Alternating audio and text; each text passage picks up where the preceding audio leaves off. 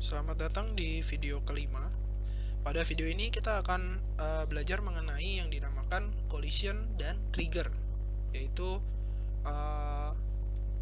salah satu fitur pada Unity di mana kita bisa mendeteksi apakah satu objek sedang menabrak objek lain atau sedang bersentuhan dengan objek tersebut. Terdapat dua perbedaan. Pertama, ada yang dinamakan collision, di mana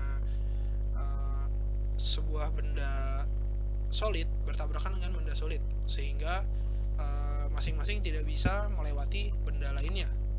Sementara satu lagi yang dinamakan trigger, konsepnya adalah ada sebuah benda solid yang melewati benda yang tidak solid, sehingga bisa tembus begitu saja, tetapi kita tetap bisa menemukan kapan si objek pertama itu menyentuh objek kedua, walaupun keduanya hanya salah satu yang solid. Untuk collision kita akan gunakan untuk deteksi lompat dari objek kita, objek Mario kita. Jadi bagaimana caranya kita bisa membuat Mario ini hanya bisa melompat satu kali sebelum bisa melompat berikutnya. Jadi logika sederhananya adalah saat Mario ini menyentuh tanah, maka dia bisa melompat. Tetapi saat dia tidak menyentuh tanah, dia tidak bisa melompat. Maka cara kita melakukan implementasinya adalah kita bisa menggunakan sebuah fungsi yang dinamakan void on collision stay. Lalu di dalam kurung ini kita bisa tambahkan satu parameter collision 2D. Mohon maaf, ini S-nya 1. Lalu di sini tambahkan juga 2D. Karena kita menggunakan di dua dimensi, maka harus ada tambahan 2D di belakangnya, baik untuk collision maupun fungsi on collision stay-nya.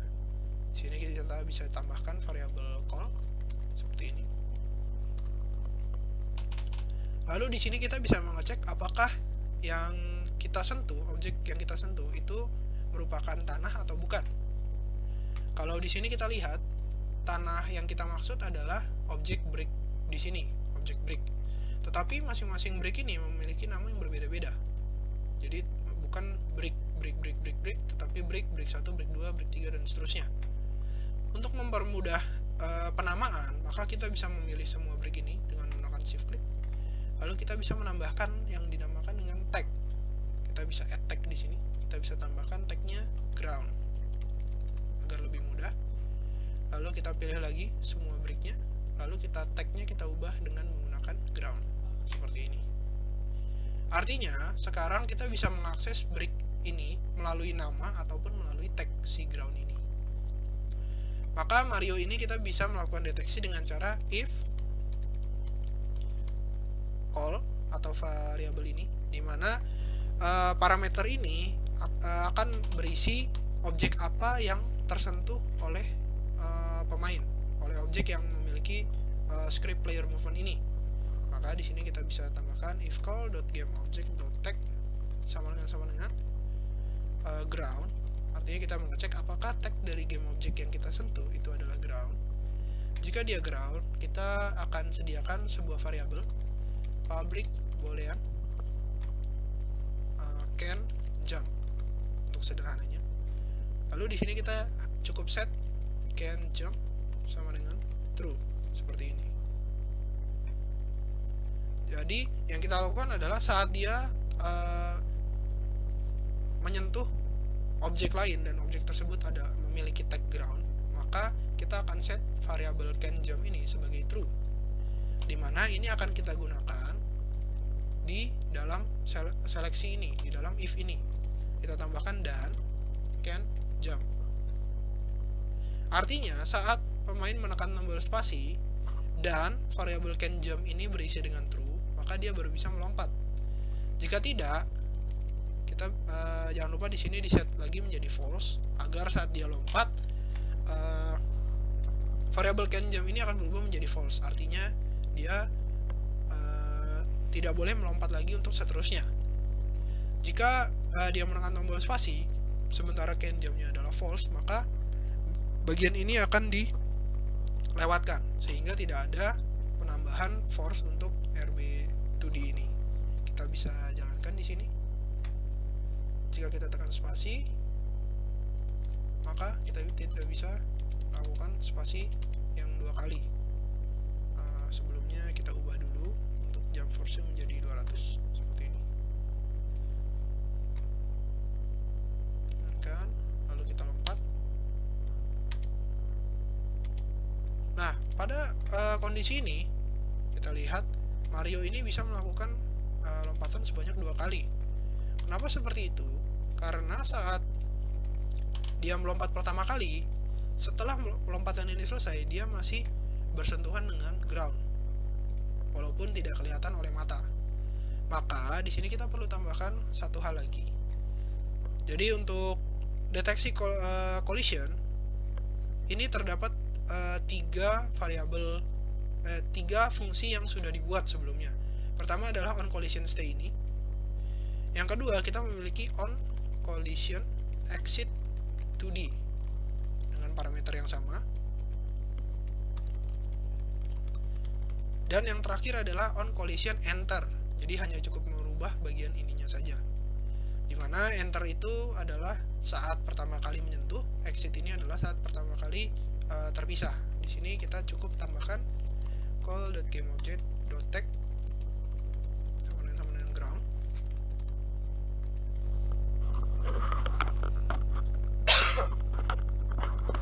Maka di sini kita bisa set variabel can jump sebagai false seperti ini. Maka sekarang jika kita coba lagi, saat dia melompat, maka sudah tidak bisa lagi melakukan lompat sebanyak 2 kali, hanya bisa 1 kali. Lalu kita harus menunggu sampai bawah baru kita bisa lompat lagi.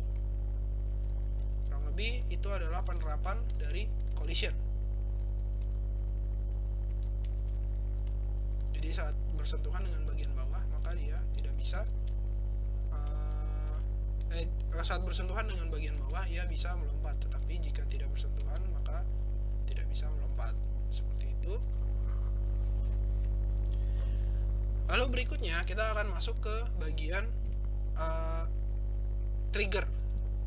Jadi trigger ini mirip dengan on collision seperti ini, tetapi trigger ini tidak menghalangi pemain untuk menembus objek tersebut.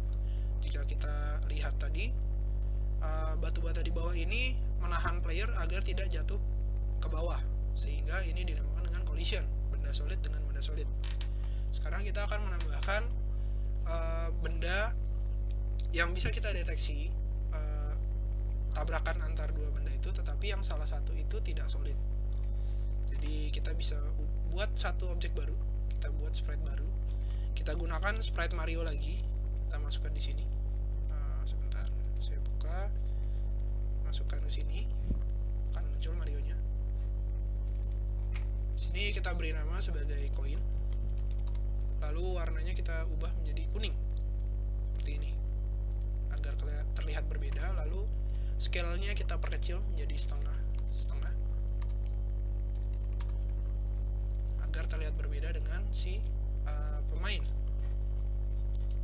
Nah, di sini kita bisa tambahkan, misalnya kita taruh di sini, lalu kita duplikat dengan cara klik kanan, duplikat, lalu kita geser ada di sini, kita duplikat lagi, kita geser satu lagi di sebelah kanan seperti ini.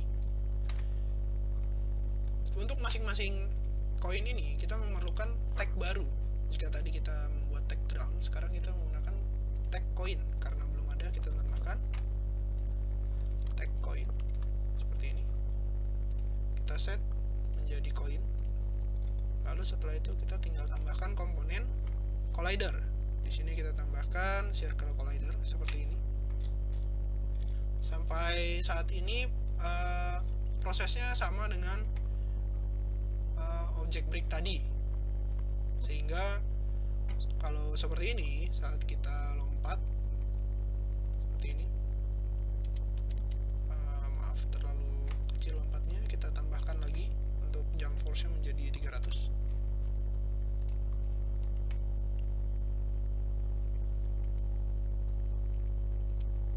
Maka harus harusnya ia bisa lompat sejauh ini.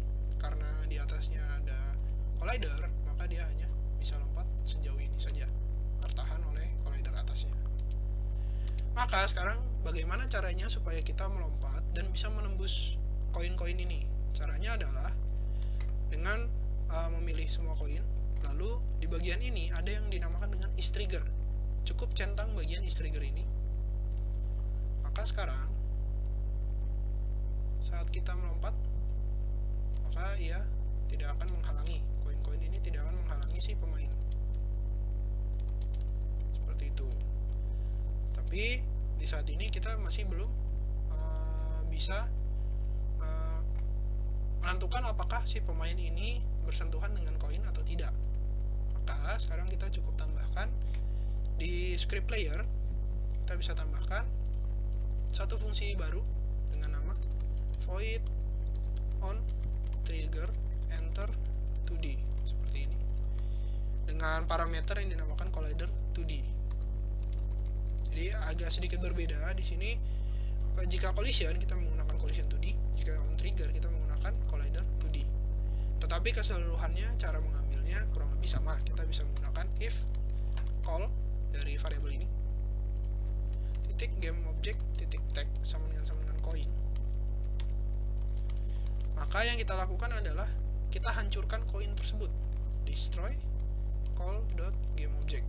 Kita harus menghancurkan game object dari koin tersebut. Lalu untuk menambahkan koin, misalkan kita ingin menghitung jumlah koin yang kita kumpulkan, kita bisa menambahkan sebuah variabel di sini. Tambahkan di sini public integer koin sama dengan 0. Lalu di sini kita cukup menambahkan koin plus seperti ini. Artinya kita tambahkan koin dengan sebesar 1, lalu kita hancurkan game object dari koin tersebut supaya kita tidak bisa mengambil lagi. Maka sekarang kita bisa melakukan, kita mainkan, lalu kita pilih objek Mario. Di sini kita lihat koinnya 0, lalu dia bergerak, lalu dia lompat, koinnya hilang, dan di sini koinnya bertambah 1. Dan ini bisa diulangi untuk yang lainnya. Kurang lebih seperti itu untuk collision dan trigger. Untuk materi-materi selanjutnya kita akan bahas di video lain. Sampai saat ini cukup itu saja. Paling beberapa yang perlu diingatkan adalah masing-masing collision dan trigger itu memiliki 3 fungsi dasar, yaitu on collision enter, stay, dan exit. Sama halnya dengan trigger juga memiliki 3 fungsi yang sama, enter, stay, dan exit. Lalu masing-masing jika kita ingin menggunakannya di game 2 dimensi, maka kita tambahkan 2D di belakangnya. Sementara jika kita mau menggunakannya untuk game 3 dimensi, kita cukup hapus 2D ini dan 2D yang belakang. Kurang lebih seperti ini. Untuk saat ini kita biarkan seperti ini dulu. Oke, untuk materi collision dan trigger cukup sampai di sini. Kita akan lanjutkan di video-video berikutnya. Terima kasih sudah mengikuti. Sampai jumpa di video berikutnya.